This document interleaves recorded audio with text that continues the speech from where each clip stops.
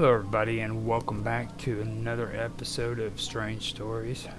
Last week we got into Mount Fuji, and as well as Mount Fuji, I went and discussed the suicide forest. Then I told a couple of other stories that I wanted to go over the Oran Bachi or Bucci or something like it. It was the Countess's Courtesan's Abyss is what it was. And this week, what I wanted to do was go further and go into the Kappa, discussing the Kappa. But before that, after I finished that show, I went back over some stuff concerning Mount Fuji, as well as the suicide forest, and I decided that I wanted to go back over some of it because the story behind Mount Fuji is actually pretty interesting. It actually runs a lot deeper than just what I said the other day. I wanted to cover some of that because it's just a fascinating story. It goes all the way back to to the beginning, basically. And this goes into a lot of stuff that's related to when Buddhism came to Japan, and even before Buddhism. That's something that I wanted to talk about, and there's going to also be some discussion on spirits and what the Japanese believed in. I don't know if they still do, when it comes to the spirits in Japan. So before I get started, I do want to say that I am on Skype. If anybody wants to come in and be a part of the conversation, they're more than welcome to. We have a channel on Skype that you can come to. I have the information in the chat. If you guys want to click on the link there for Skype, you can come in if you want to. Also, if you're on Skype and you want to come in, you're more than welcome to. With that being said, if nobody does come in, I'm going to close off the call on Skype here in a little bit, and I can do it myself. I'm fine with doing that. So yeah, if you guys want to come in, though, you're more than welcome. Now, with that being said, I also want to mention something on the wonderful world of weirdness that I got a comment for in there, and they were asking what happened to the old footage that was on there before that I had to take off of the YouTube channel. I'll go over it again, even though this is Strange Stories, and I usually do it on WWOW Talk, but I'll do it on here. But if you guys want to see that old footage, you can still see it at Odyssey. Go to Odyssey and look up the wonderful world of weirdness, and all of the old videos from before when John was running the channel is still there. The only problem is we had to take them off because of not copyright infringement, but because of Creative Commons and things of that nature when it comes to using other people's content. Apparently, with the videos, if you use another person's content, you have to alter it in some way with like some kind of conversation, or use it for, an example for what kind of discussion you're having. You can't just be like a ghost sighting.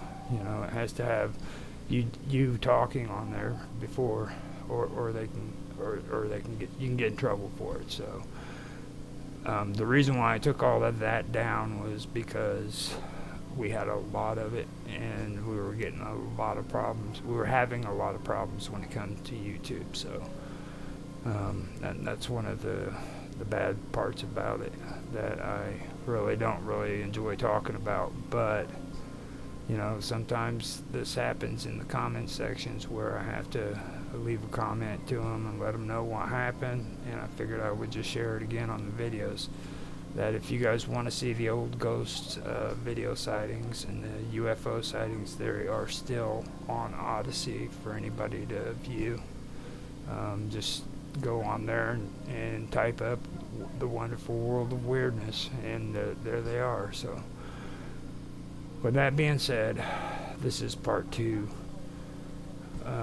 from where we left off last week.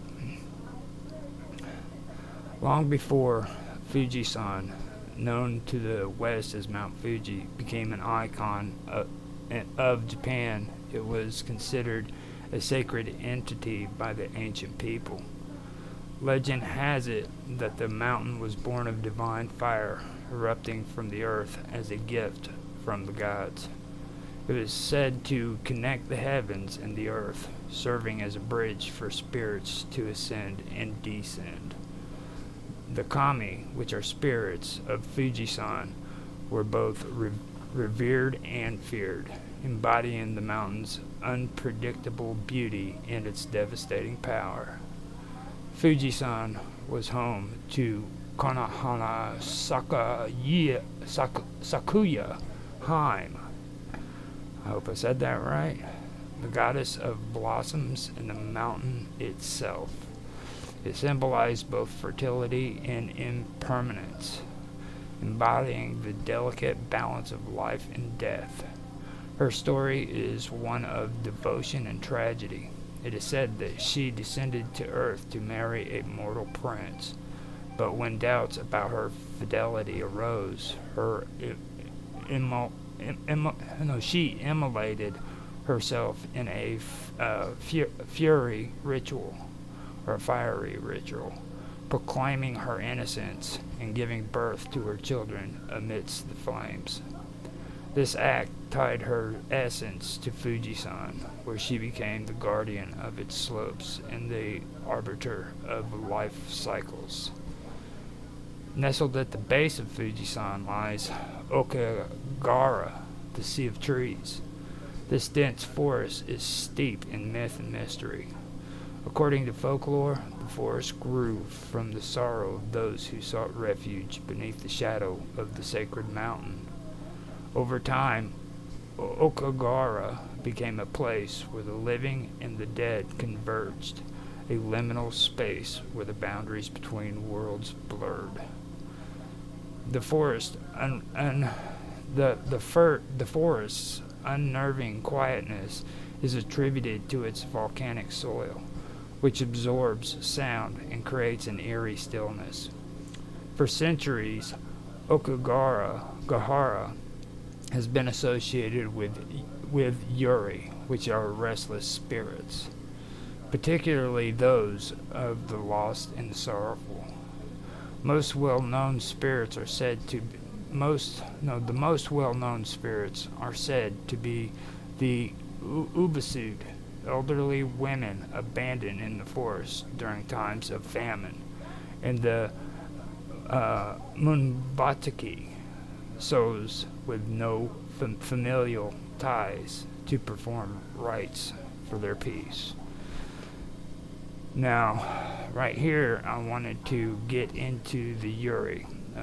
The Yuri are part of the spirit pantheon that is known as the yokai, and well, that's how I pronounce it. It's the yokai.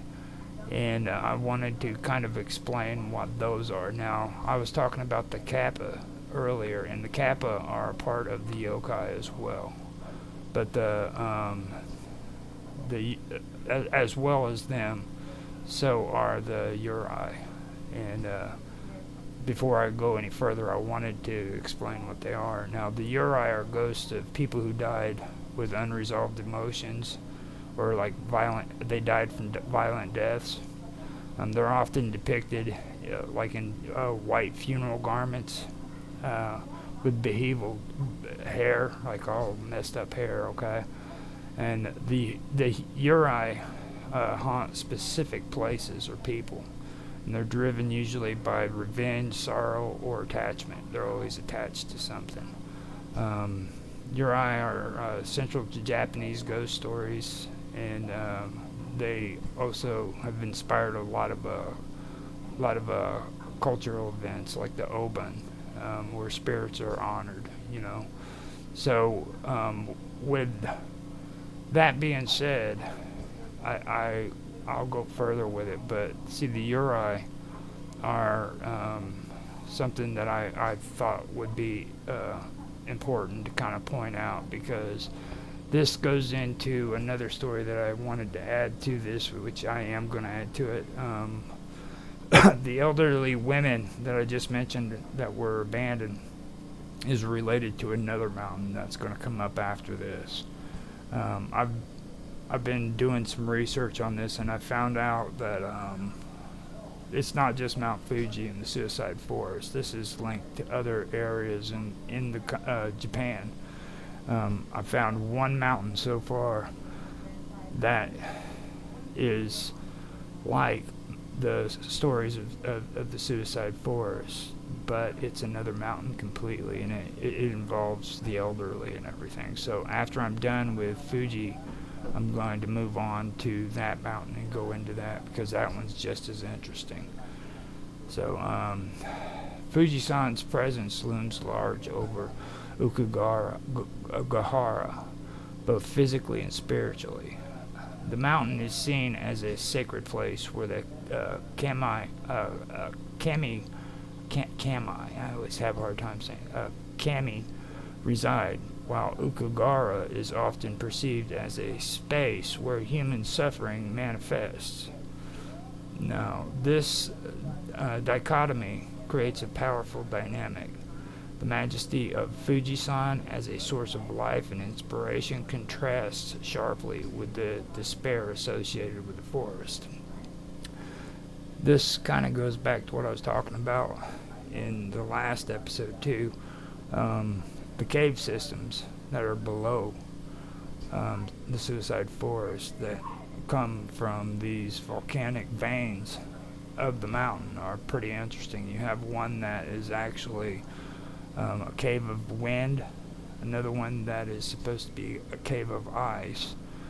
The mountain itself is fire, which dawned on me after the show last week, but the mountain itself is fire. It's volcanic fire. And then there's a third cave or a system that's there that is supposed to be with bats. Now, I don't know for sure exactly what the bats would represent, but I did want to mention that. Now, the eerie silence and everything from this forest, it resonates when it comes to like the texture or the ground itself. The ground is made out of volcanic rock, which is hard, and I mentioned it also before, where some of even modern day hand tools aren't able to cut through this stone. It's really, really strong. And that, with these caves that run under it that have wind running through them, is something else too. They say that moss is all over these caves, and the moss itself makes an atmosphere in the caves where you don't even hear echoes. So it's completely silent in these caves as well as in this forest. Now, there's a lot of beliefs that really believe that atmosphere has a lot to do with hauntings and spiritual presences and whatever you want to call them. So this is something that I did want to point out. What makes the plot thicken a little bit more for me isn't just only the forest itself, but it's like I dug deeper into it, and I found out about these cave systems that are underneath it. And they're vein systems that go right up into Mount Fuji, and that makes it even more interesting to me, because it's supposed to be considered a gateway between the heavens and earth, so it's just something to think about. For me, I found that very, very interesting, and the fact that Mount Fuji is a very, very spiritual place in Japan also stuck out to me as well. So, now, with that being said, I will stop talking and I will continue to read. Now, some legends suggest that the kami of Fuji-san are indifferent to human sorrow. They are eternal, observing the cycles of life and death without intervention. Others believe that Konohana Sakuya Haim herself mourns for the loss in the forest, her tears nurturing the blossoms that bloom each spring. Now, I apologize if I'm messing these names up, so I do apologize about that. Now, in modern times, Oikagahara has become infamous as a site for suicides, earning it the moniker Suicide Forest. This association is tied to cultural, historical, and spiritual factors. Japan's history of seppuku, ritual suicide, and its emphasis on honor and duty have contributed to the perception of suicide as a complex, albeit tragic, act. The forest's isolation and its symbolic connection to death make it a place where individuals feel drawn to end their suffering. Some bring tents and supplies, lingering for days before making their decision, while others leave behind notes or personal effects. Volunteers regularly comb the forest to retrieve remains, offering prayers for the deceased. From a spiritual standpoint, Oikagahara's association with death may stem from the energy of the place itself.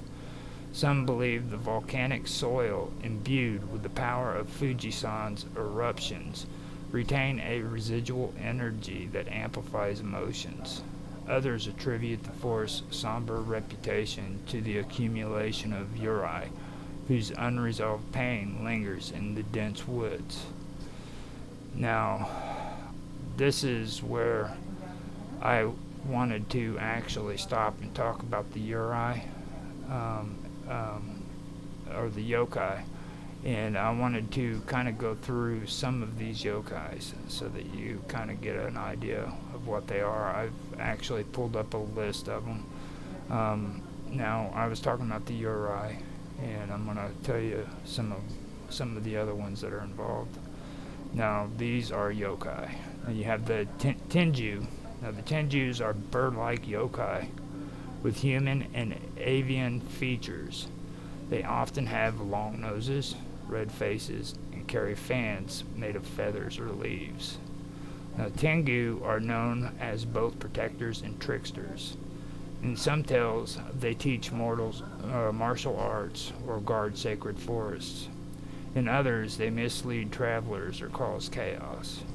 Originally seen as a demonic, their image softened over the time to become protectors in Buddhist and Shinto temples.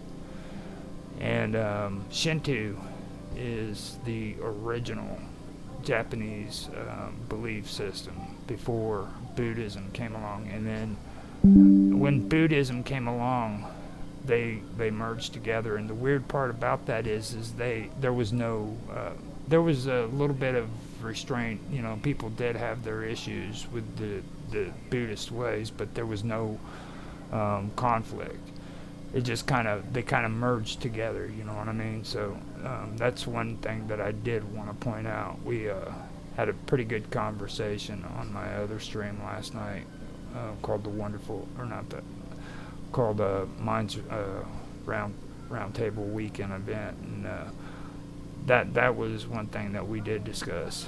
So I figured that I'd bring it up here too about the Shinto and the Buddhist. Now, after that, we go to the kitsune, and the kitsunes are fox spirits, often depicted with multiple tails, up to 9 of them actually. They gain more tails as they grow older and more powerful. Kitsune are shapeshifters, known to disguise themselves as humans. They can be benevolent, offering wisdom, or malevolent, playing tricks or causing harm. In Shinto belief, they are messengers of the god Inari and associated with rice, fertility, and prosperity. And then there's Yuki Onna, the beautiful woman dressed in white, representing the snow in winter. She is often pale with icy breath. Yuki Onna lures travelers into snowstorms, freezing them to death. In some tales, she spares kind or virtuous individuals. She embodies the harshness and beauty of winter and serves as a cautionary figure in folklore stories. Now, Rokubi is the next one. By day, they appear as normal humans, but at night their necks stretch to unnatural lengths. They use their elongated necks to spy, scare, or attack people. In some stories, they are unaware of their yokai nature, believing they are cursed. Rokubi reflect themes of hidden duality and the thin line between humanity and monstrosity. Now we come to the Kappa, or the Kappa. These are the entities that I'm going to be discussing here next. Now, they're small turtle-like water creatures with a humanoid shape and a dish of water on their heads, which is the source of their strength. Mischievous and sometimes malevolent, Kappas are known for pulling people into water or stealing their shirikadama, a mythical organ. However, they can also be helpful if treated kindly. They are symbols of water safety. They are symbols of water safety and the dangers of rivers, often used to teach children caution. Now, this mythical organ is very interesting. I'll get into that, I believe, later on, but I just wanted to point out this Shirikadama.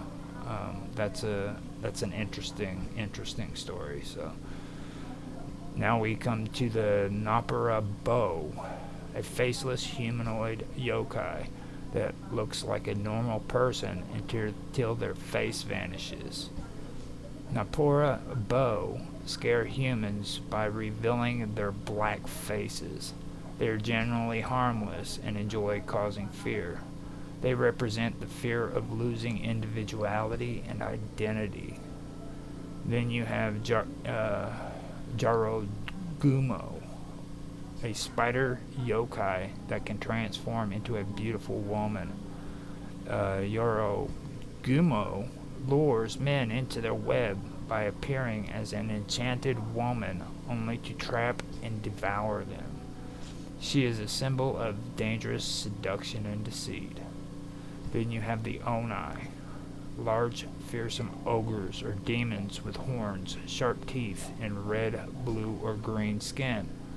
They often carry spiked clubs. Onai are known for their immense strength and violent tendencies. They terrorize humans, but can also be protectors or guardians. Onai are used in festivals such as Setsuban, where people throw beans to drive them away and bring good fortune. Now you have Kashiki Warashi, a childlike spirit that inhabits homes. They are often invisible or appear as small boys or girls. Zashiki Warashi bring good fortune to the household they inhabit. If they leave, it is considered a bad omen. They represent prosperity and familial happiness. When I read about this one, it made me think of the opposite of what the black-eyed children would be, because I've been hearing a lot of people have conversations about the black-eyed children lately, and I've heard about them too. It's just here lately I've been hearing a lot about them, and when I read up on this, it just kind of made me think of them. So, except for the opposite, they're supposed to represent prosperity and familial happiness. Okay, so now we have the Nurari Hoyan. And this is a humanoid yokai with a large gourd-shaped head. Nurari Hoyan is known for sneaking into homes, acting like the owner, and eating or drinking as he pleases. He symbolizes intrusion and absurdity of and the absurdity of uninvited guests. Interesting. So here we have the Uri, and the Uri, was like I said before, I'll read it again. The Uri are ghosts of people who died with unresolved emotions or violent deaths. They are often depicted in white funeral garments with disheveled hair. Uri haunt specific places or people, driven by revenge, sorrow, or attachment. Uri are central to Japanese ghost stories and inspire cultural events like Oban, where spirits are honored. And then you have the Isuku Mogami. The Isuku Mogami. This one is household objects that gain sentience after 100 years of use. The Sukumogami can be mischievous, playful, or vengeful, depending on how they were treated by their owners. They emphasize respect for possessions and environmental mindfulness. I do find that one kind of interesting, that your plate could actually become sentient. I find that really, really kind of cool, actually. So now I could go over to refer to the kami, but I want to go on after going over the yokai, and go ahead and continue with the Buddhist priest. Now the Buddhist priest, when it comes to Fuji-san, the Buddhist priests often perform rituals to cleanse the forest when it comes to the suicide forest, and to guide the spirits to the afterlife. Now, despite these efforts, the atmosphere still remains heavy, as if the land itself mourns for those who pass through its shadowy paths. Now, Fuji-san and Oikagaro encapsulates the duality of existence: creation and destruction, life and death, hope and despair. Fuji-san's grandeur inspires awe and reverence, while Okigahara reminds us of the fragility of the human spirit. Together they form a narrative of balance, where the beauty of life is inseparable from the inevitability of death. Now, with that being said, I do want to move on to Mount Obasu. Now, Mount Obasu is something that I wanted to add into this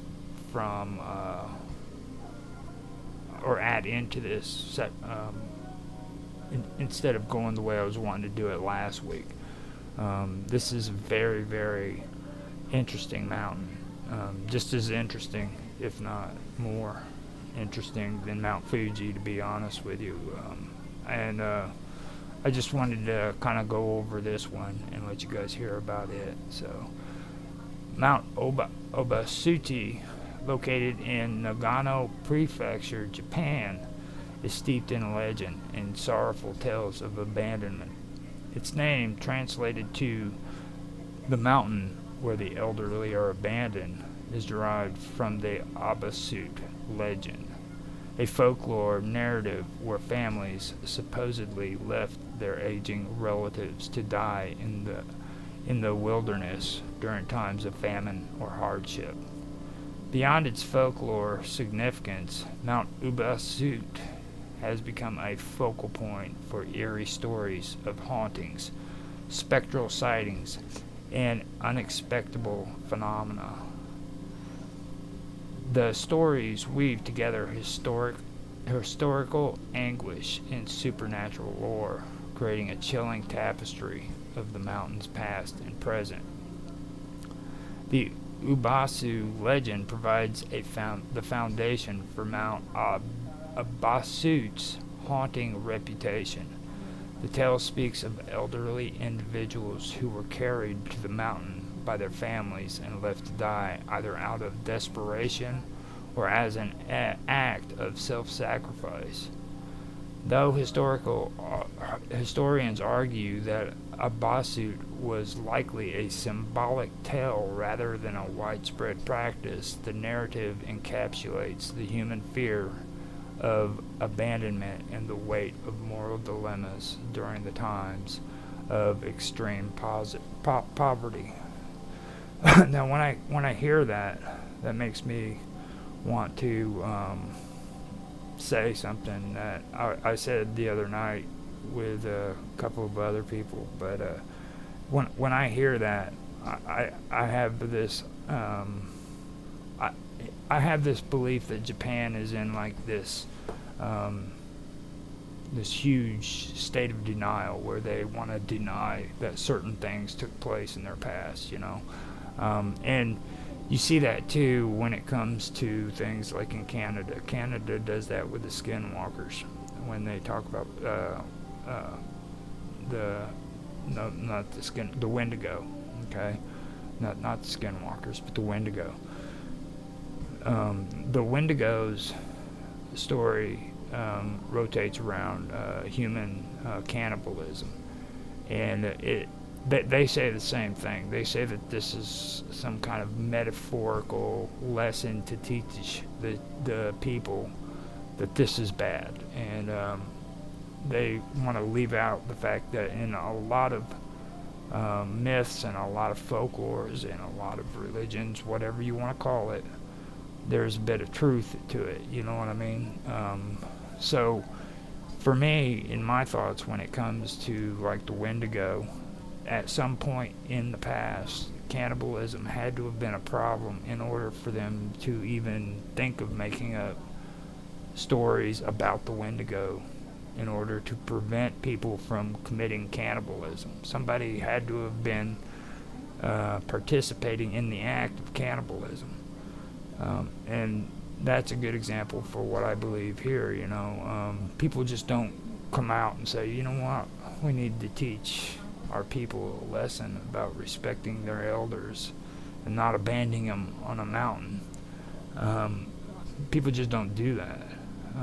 For me, I would have to say that there, at some point in history, people were abandoning their elderly on top of this mountain or at the bottom of the mountain, wherever. And as time went by, it became a lesson for people to learn, maybe, that's how I see it. And you hear that in a lot of different stories too when it comes to these myths. They want to make it out like these were noble lessons that were taught to people in order to do it. And besides that, as you'll hear when I read further on in this, these people not only believe this stuff, but they've been doing rituals and ceremonies at this mountain for quite a long time, so you don't take a story that was made up to teach lessons to children or people and make it a ritual or ceremony performed at a mountain where it never happened. You know what I mean? It just doesn't make any sense to me. So that's what I wanted to say when it comes to all that. That's something that really stuck out to me a lot right there. So let me go ahead and continue with this. And also, before I do that, let me also mention that a lot of the things I'm discussing here are a lot of parts of Japanese folklore and myth and religious, spiritual beliefs, whatever, that people don't really want to discuss in Japan. All right, these are things that people really try to stay away from. And there is a lot of influence when it comes to a lot of popular movies that have been out, and they were inspired by these stories, which I could probably come up with later on. I've been thinking about that too. I wanted to make this more about the scary places, but this series is called Strange Stories. It's not called The Scariest Places in Japan, so I can most likely do that. I've been really thinking about that, and I might incorporate a lot more of this stuff into it, because a lot of this is very, very interesting. It's really good content. This is stuff that you're not going to hear all the time, or very much of, when it comes to Japan and the history of Japan and a lot of their beliefs. So, I'm actually getting kind of excited about it. From the stuff I've been reading, I've been wanting to actually incorporate it into my ancient mystery show that I have on here, which I'm going to be doing tomorrow. And I wanted to do it, but I also was about to rush myself and leave the topics that I had going on right now and just start on this. And then I thought about it. I was like, no, just finish what you're doing and then go into this, And that's what I'm going to do. I'm going to continue with this, because this really gets interesting. It's a good topic that I do need to actually get going. I need to really get into it. So now, the one thing that I have also been debating on is getting into the Abasud in the Moen Botaki. Now, the Oban festivals is one thing as well. To let everybody know what the Oban festivals are, I can kind of give you some information there. Now, the Oban festivals are also known as the Bon festivals, and it's one of Japan's most significant cultural and spiritual observances. Now, this is rooted in Buddhist traditions. It is a time when the families honored the spirits of their ancestors, who are believed to return to the earthly realm during this period. It's celebrated across Japan. Oban is a profound blend of religion, cultural, and familial connection, steeping in centuries-old rituals and beliefs. The origin of Oban traces back over 1,000 years before Buddhist practices introduced from China and India. The word Oban derives from the Sanskrit term alambana, meaning the hanging upside down, symbolizing the suffering of spirits trapped in purgatory. According to Buddhist scriptures, the festival originated from the story of Mokuren, a disciple of Buddha. Mokuren used his spiritual powers to see his deceased mother and discovered she was suffering in the realm of hungry ghosts due to her earthly misdeeds. Distressed, he sought Buddha's guidance, who instructed him to make offerings to monks at the end of their rainy season retreat. Through his act of devotion, Mokuren's mother was liberated, and he danced with joy. This dance of joy evolved into Boden Adorai, a central feature of Oban. Oban is both a spiritual and communal event. It embodies the belief that the spirits of the deceased ancestors return to their families during this time. It is a moment of reflection, gratitude, and familial bonds. The festival serves as a reminder of the impermanence of life, the interconnection of generations, and the importance of filial piety. That's a hard word. And that's in English. Okay, so in the weeks leading up to Oban, families clean and decorate their ancestors' graves, a practice called Ohaka Meri, or Mari. They clear weeds, wash tombstones, and leave offerings such as flowers, incense, and food. This act of care symbolizes respect and readiness to welcome the spirits. The festival begins with makaibi, or welcome fires, lit at the entrance of homes or temples. These flames guide the spirits back to their earthly homes. Similarly, at the end of Oban, Okuribi, or farewell fires, are lit to send the spirits back to the afterlife. In some regions, floating lanterns, known as Toro Nagashi, are set adrift on rivers, symbolizing the spirit's journey back to the spiritual realm. One of the most iconic features of Oban is Oban Adori, a traditional folk dance performed in open space such as parks or temple grounds. Participants dressed in summer kimonos or yukata dance in circles around a raised platform called a yagura. The music and dance styles vary by region, but the themes often revolve around gratitude and the celebration of life. During Oban, households set up Butsudan, or Buddhist altars, or spirit altars, to honor their ancestors. These altars are adorned with offerings such as seasonal fruits, sweets, rice, and sake. Special vegetarian dishes called Shojin Ryori are prepared as they align with Buddhist principles of nonviolence. Families often visit temples to offer prayers and incense for their ancestors.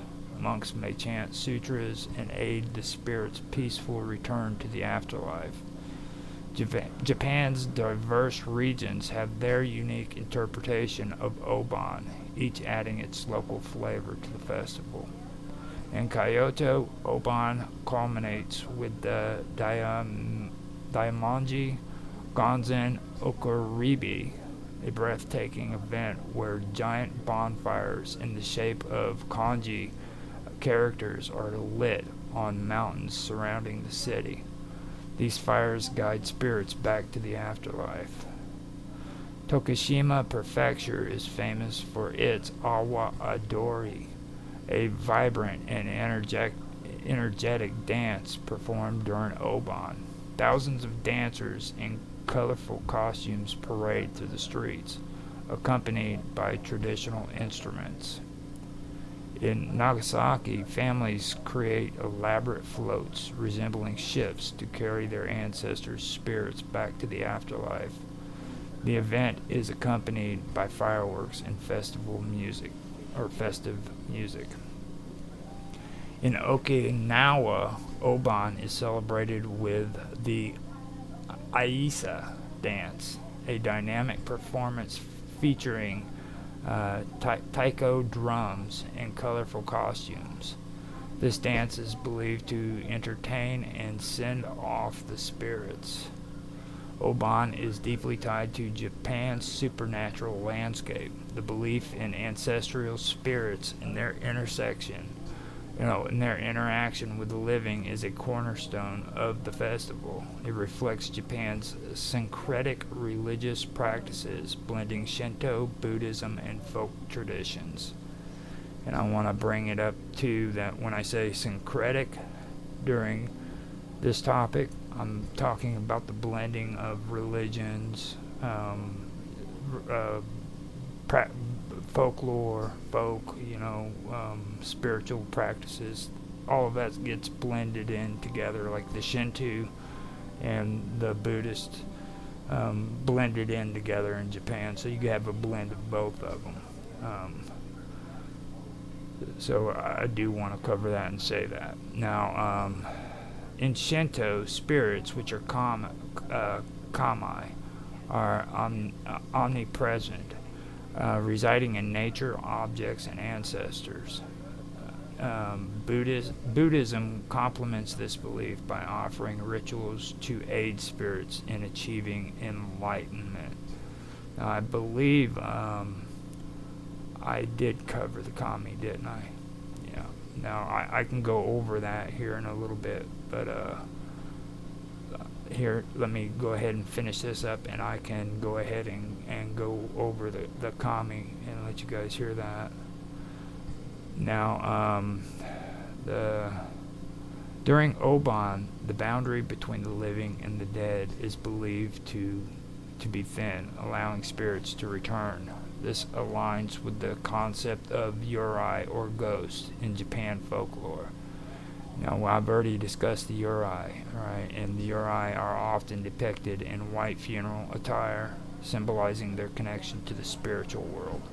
So that's the reason why they are always wearing the white funeral garments and everything. It's because it's supposed to be their connection to the spirit world. Now, while most spirits honored during Oban are benevolent ancestors, there is a belief of malevolent or restless spirits. Lanterns, incense, and prayers are thought to protect against these entities.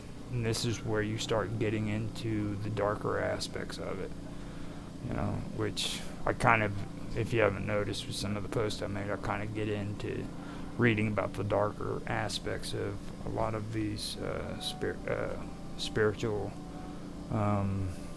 stories. Basically, I don't even know what to say when it comes to that, so with that being said, I am going to go ahead and continue with the kami, and we can then continue talking about this mountain. And I hope this stuff actually is opening up a lot of information so that you kind of get an idea of what I'm talking about when I go through it, So this is basically the kami.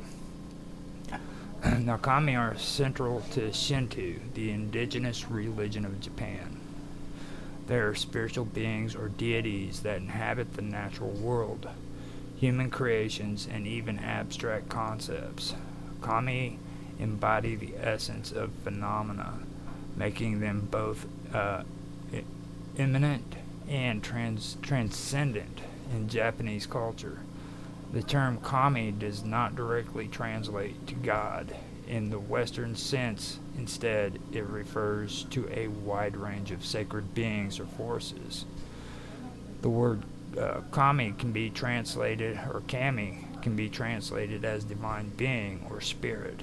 In Japanese, the kanji character combines the elements for spirit or divinity and lightning or natural force, reflecting the connection between kami and natural awe-inspired power.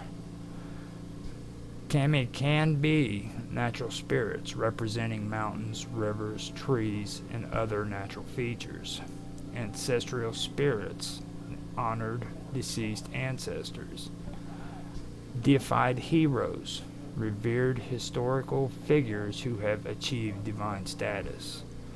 Abstract forces, embodying ideas such as growth, fertility, or protection. Shinto recognizes countless kami, which are categorized into different types based on their role and domains. Nature kamis are tied to specific landscapes or natural phenomena.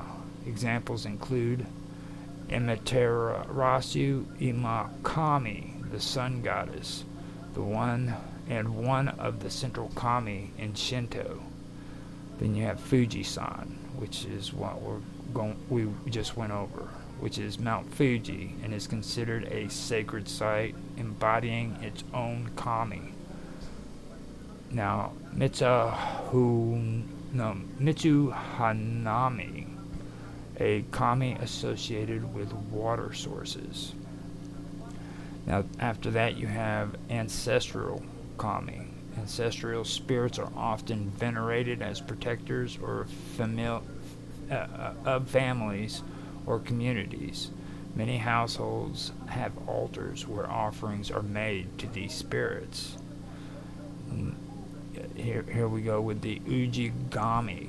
These are guardian deities or of specific regions or clans.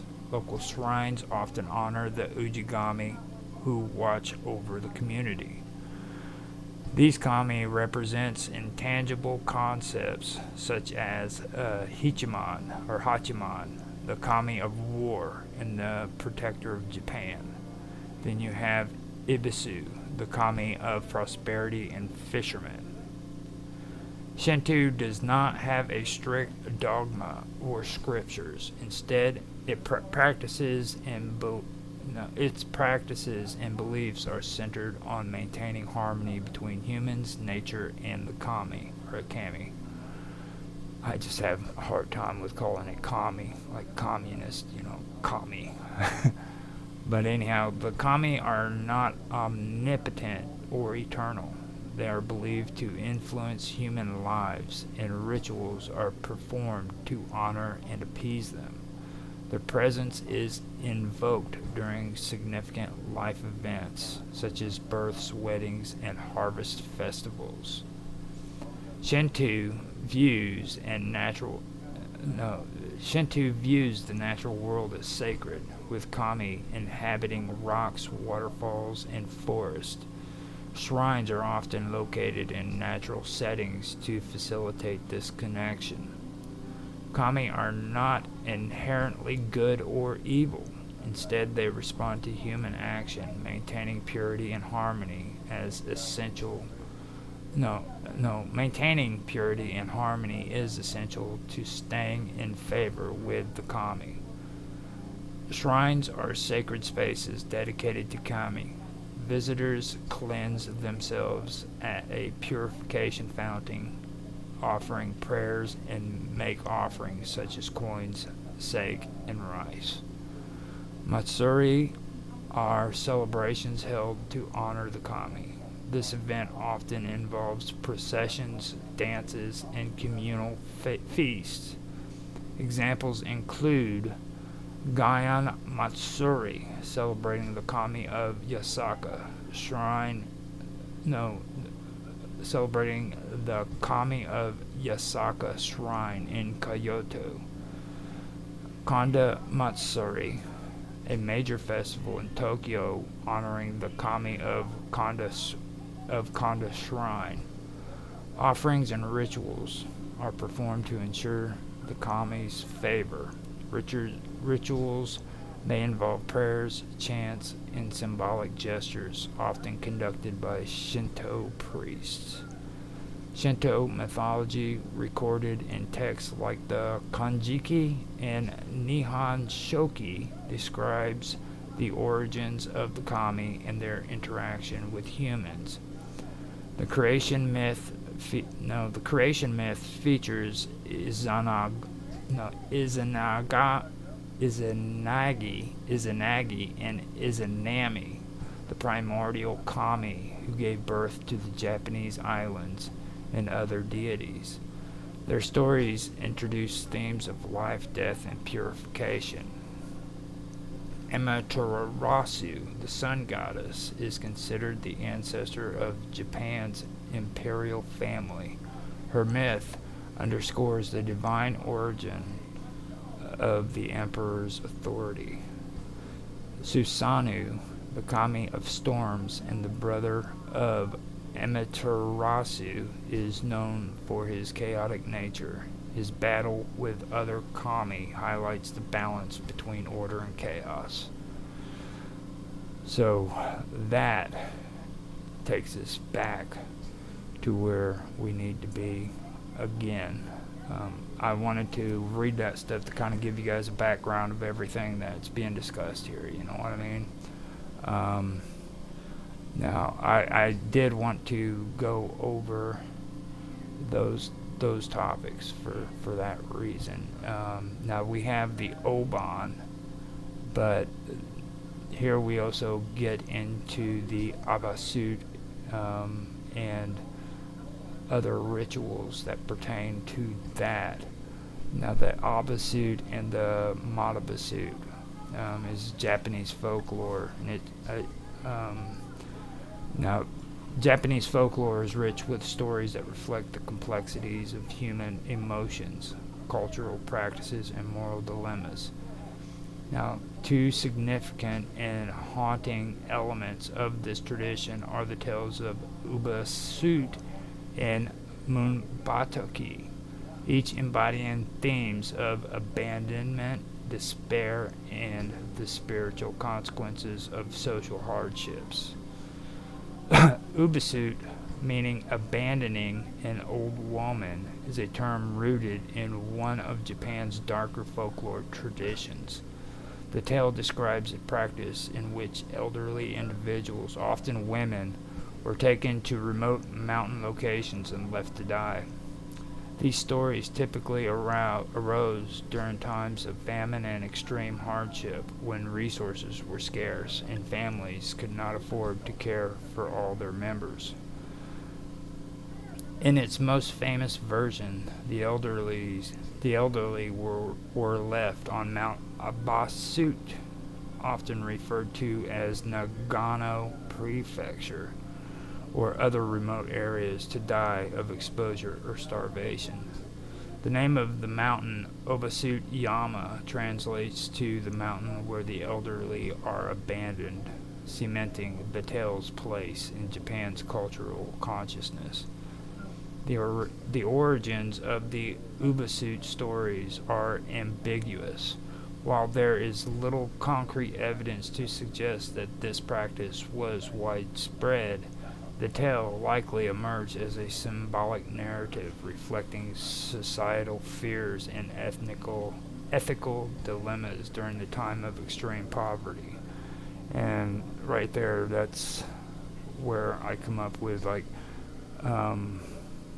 it just doesn't happen that way. I don't believe so. I don't believe that these people came up with these ethical stories of morality because they wanted to prevent it from happening before it actually happened. In most cases, I would say that it was happening and they had to do something and come up with a story to stop people from doing it, you know what I mean? Especially being around my parents, you know, I've learned how they are too. Like, at a certain age, they start feeling bad about themselves because they have to depend on other people. So, you know, just take and throw me in a ditch kind of stuff, you know what I mean? They have that attitude. So I could see that as being something that the elderly would probably voluntarily sacrifice themselves. But that's not the whole case either, you know, it could be something else. So now, the practice of kimakakushi, spiritual abduction, in the Shinto belief in the connection between humans and nature, may have contributed to the Ubasut legend. The mountains were considered sacred places where kami spirits resided, and leaving an elderly person there could have been interpreted as returning them to the divine. The Ubasut tale is not just a story of cruelty, but also of sacrifice. In some versions, the elderly willingly go to the mountain to relieve their families of the burden, reflecting a deep ingrained sense of duty and selflessness within the Japanese culture. Now, the term Munbotiki translates to unconnected Buddhas and refers to the spirits of individuals who die without familial ties to care for their graves or perform the necessary rituals for their peace in the afterlife. These souls are considered muin, unconnected, unable to find rest, and thus wandering the physical and spiritual worlds. Manbotuki often appear in folklore as restless spirits, sometimes seeking vengeance or expressing sorrow for their neglect. Their stories are tied to Japan's deep-rooted belief in ancestor veneration, where the living are responsible for tending to the graves and the spirits of their ancestors. The concept of Manbotuki emerged from the Buddhist influence on Japanese culture.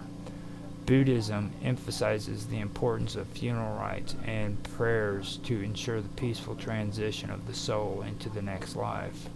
Those who die without descendants or familial connections are thought to linger as ghosts or spirits unable to complete this journey. During Japan's feudal era, the rigid class system of frequent wars often left individuals without family ties, contributing to the proliferation of Munbotiki or Munbotiki. Historical records from the Heian period or the Han period, which is between 794 to 1185, mention the Monmano, or unconnected things, which include abandoned graves and wandering spirits. In some cases, Moen Botaki were victims of social ostracism, such as criminals, outcasts, or individuals who died far from home. The absence of a proper burial or the neglect of their remains compounded their spiritual unrest, giving rise to tales of hauntings and curses. The Ubasut narrative has inspired various works of art, literature, and even theater in Japan. For example, the No play, Abasu, dramatized the tale of an elderly woman abandoned on a mountain, exploring themes of sacrifice and familial duty. In the Edo period, woodblock prints and poetry often depicted the somber image of an old woman gazing at the moon from the mountainside, symbolizing loneliness and resignation. Moen Botoki are central to certain Buddhist rituals in Japan, particularly the Sageki ceremony. Sageki, meaning feeding the hungry ghosts, involves offerings of food and prayer to appease wandering spirits and guide them towards peace. Temples and shrines often dedicate spaces to Moen Botoki, where communal rituals are performed to honor these forgotten souls. The practice reflects a communal sense of responsibility for the dead, transcending familial ties. Both Ubasut and Munabotoki have strong ties to Japan's haunted landscapes, such as Oakagara, the Sea of Trees, or Suicide Forest. The forest's reputation as a place of abandonment and despair echoes the theme of Abasuti, while its association with restless spirits mirrors the tales of Munbotoki. So I wanted to cover that and all the stuff that I just went over, the kami and the yoki or yokai, however that's pronounced, all of that stuff before I continued with this story, because I think that it needed to be explored. The Hungry Ghost is another thing that I do want to get into, but at this point I believe that maybe I should add this to maybe Ancient Mysteries later on, and kind of go through it, because there's a lot of Zen Buddhism that's associated with this, as well as their pagan beliefs and stuff like that. So I think maybe that would be perfect for that, or maybe I could also add it on to my my stories for Earth, another channel that I have going. But I am making plans to get deeper into that, because I think that's something that needs to be discussed. I've been hearing a lot of people on the internet lately talking about samsara, and I was discussing this last night as well with Jeffy, and I believe that maybe setting something up where I could do some streams discussing samsara would actually be beneficial, because a lot of people who discuss samsara, I don't feel as though they really have a true understanding of what samsara really is. I've heard people make mentions to escaping samsara. Well, I mean, if you're a Buddhist and you believe in samsara, or you believe in Buddhism, then there's no escaping it. The only way I personally feel that you could escape it is don't believe in Buddhism. You know what I mean? Like, I believe that we personally create our own hell, and when we die, if we have these strong beliefs in Buddhism or Christianity or whatever, those are going to create our afterlife. So if you have a fear of samsara and you're wanting to escape it, in my opinion, you should stop worshiping Buddha. I mean, it's that simple, you know what I mean? Because when you go, or you're counterproductive to the beliefs that you're worshiping, then you're going to suffer the consequences, in my opinion, of what that causes, so, and that's just my take, but, and I could be wrong, but that's just how I feel about it. I've made no claims to being Christian or Buddhist or Muslim or Hindu, none of that. I've never made no claim to it, but I do respect a lot of the spiritual principles, and that's my take, my objective viewpoint of it is what I'm saying. So,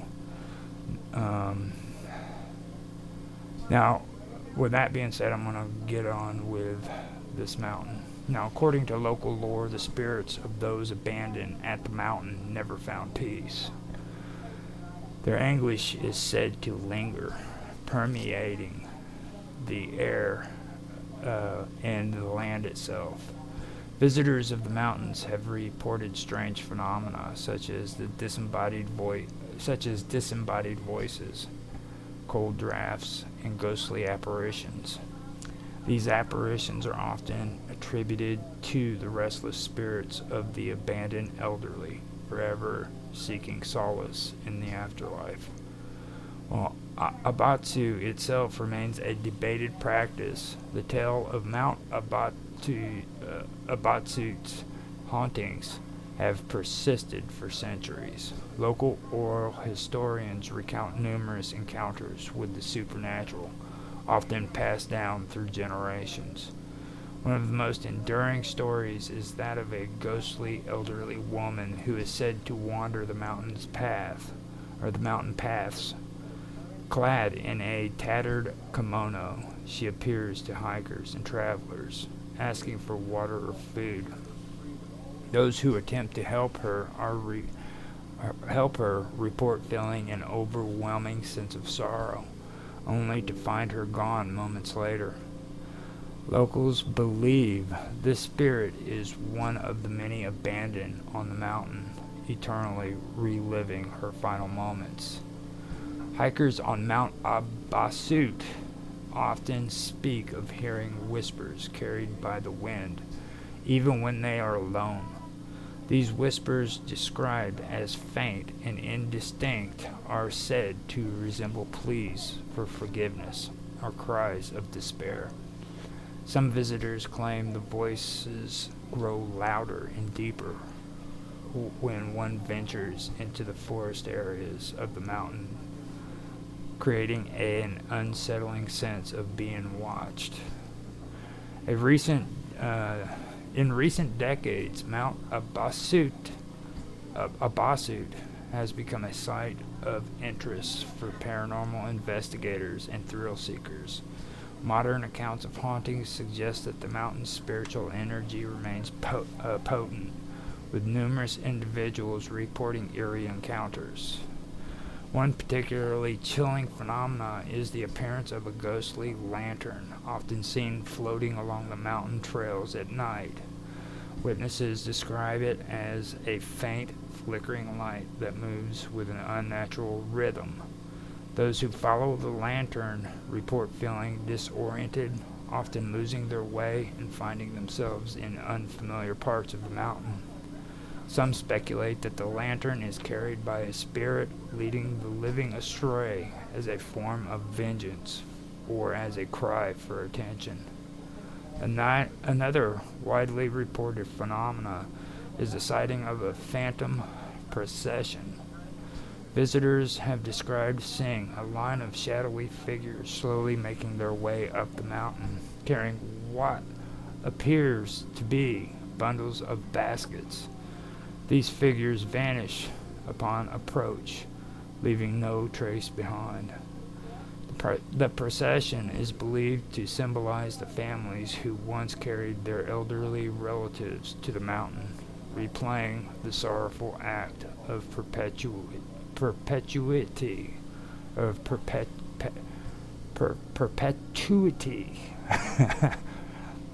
Mount Abasut's haunting reputation has also influenced local spiritual practices. Temples and shrines in the region often hold ceremonies to honor the spirits of the abandoned, seeking to provide them with peace and closure. Abasut's rituals. Some Buddhist temples near the mountain conduct sagaki, feeding the hungry ghosts. Ceremonies offering prayers and food to appease restless spirits. These rituals aim to guide the wandering souls towards enlightenment, releasing them from their earthly anguish.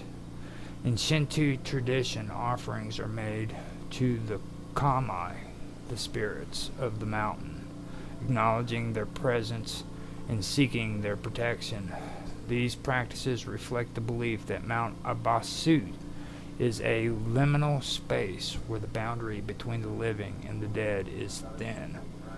Mount Abasut is often compared to Okigahara, which is the suicide forest, Japan's infamous suicide forest. Both locations share a reputation for being sites of despair and supernatural activity with deep cultural and spiritual significance. While Okigahara is associated with modern tragedies, Mount Abasut's haunting tale stems from historical and folkloric roots. However, the themes of abandonment and unresolved anguish unite the two locations, making them poignant reminders of the human capacity for suffering. Both sites are believed to harbor strong spiritual energy, attracting those seeking solace or an escape from their struggles.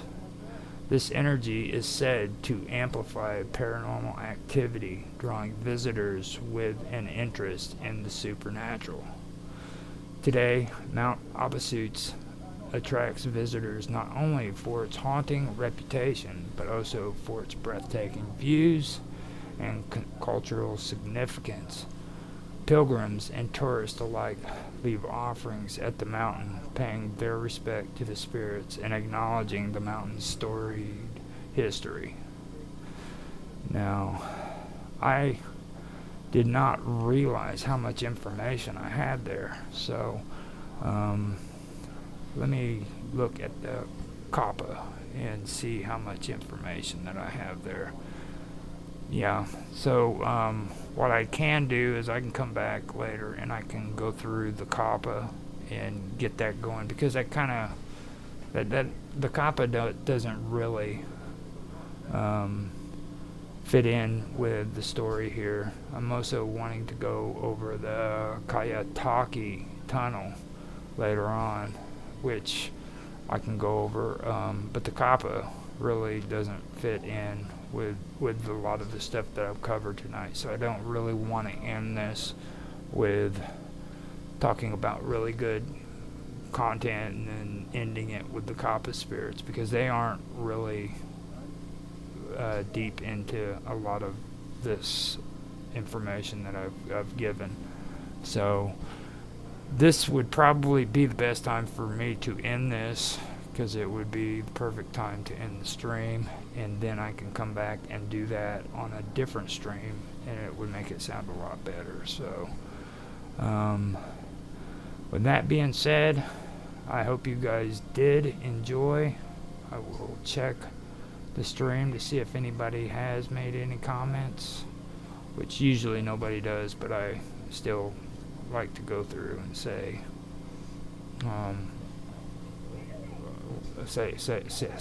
or see if they did, and tell everybody hi. So I do have a comment from Koopa High. He says, "What it do, fam?" And I say, "What it do, bro?" And thanks for making a comment in the chat. And other than that, no, we don't have anything else that needs to be shared. So I'm going to go ahead and end this, and thank you guys again for watching.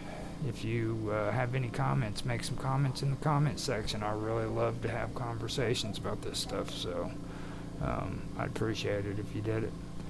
And with that, thank you for watching, and good night.